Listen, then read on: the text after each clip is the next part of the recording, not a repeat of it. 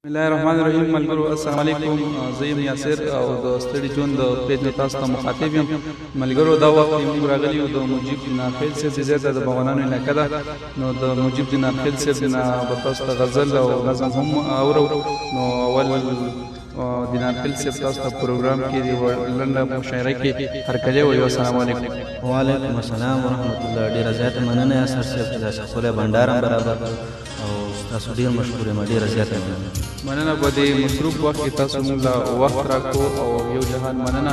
نو د ناخیل صاحب ملګري مخاطب دي او تاسو ګوري، نو څه نظم څه غزل. له غزل مخکې یو څو بیتونه دي.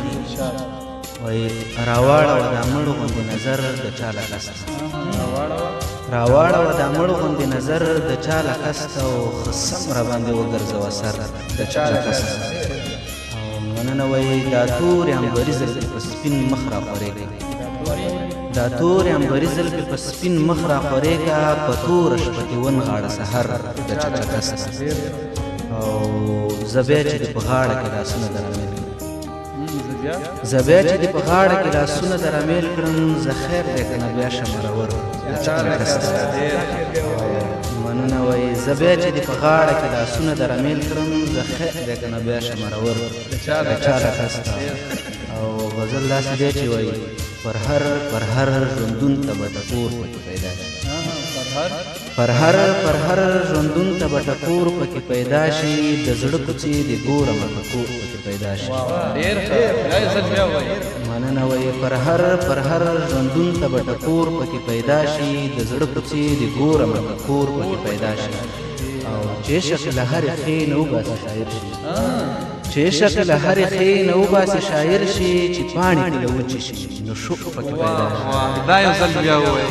مننه یاسر صاحب. وایي چې عشق له هرې خې نه وباسي شاعر شي، چې پاڼې کله وچې شي نو شوق پکې پیدا شي. او وایي همدا چې ستا د سترګو د نظر ګوتې پرې هېڅ شي، همدا چې ستا د سترګو د نظر ګوتې پرې هېڅ شي، د زړه رباب مې وترنګېږي سور پکې پیدا شي.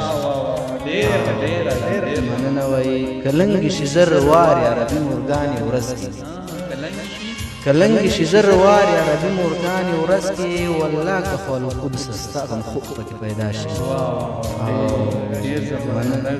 مننه وایي کلنګې شي زر وار عربي مورګانې ورځ کې، والله که خو القدس ستا غم خوب پکې پیدا شي. او وایي چې کله بحث وکړم ستا د حسن په رنګونو، چې کله بحث وکړم ستا د حسن په رنګونو، خبرې مې بیا شعر شي او ذوق پکې پیدا شي. ډېره مننه وایي ته واوره د نارخیله د دې خوب تعبیر به څه وي، ته واوره د نارخیله د دې خوب تعبیر به څه وي، یو تکه شین منظر وي خو څه اور پکې پیدا شي، یو تکه شین منظر وي خو څه اور پکې پیدا شي. مننه د ناخیل صاحب او ملګرو. ډېر ښایسته غزل و، یقینا تاسو به خوښ شوی وي. نو د ناخیل صاحب په نور هم د ملګرو ته تاسو څه ویلي نو بده به نه وي. ولې نه یو غزل به سره بل هم شریک کړم.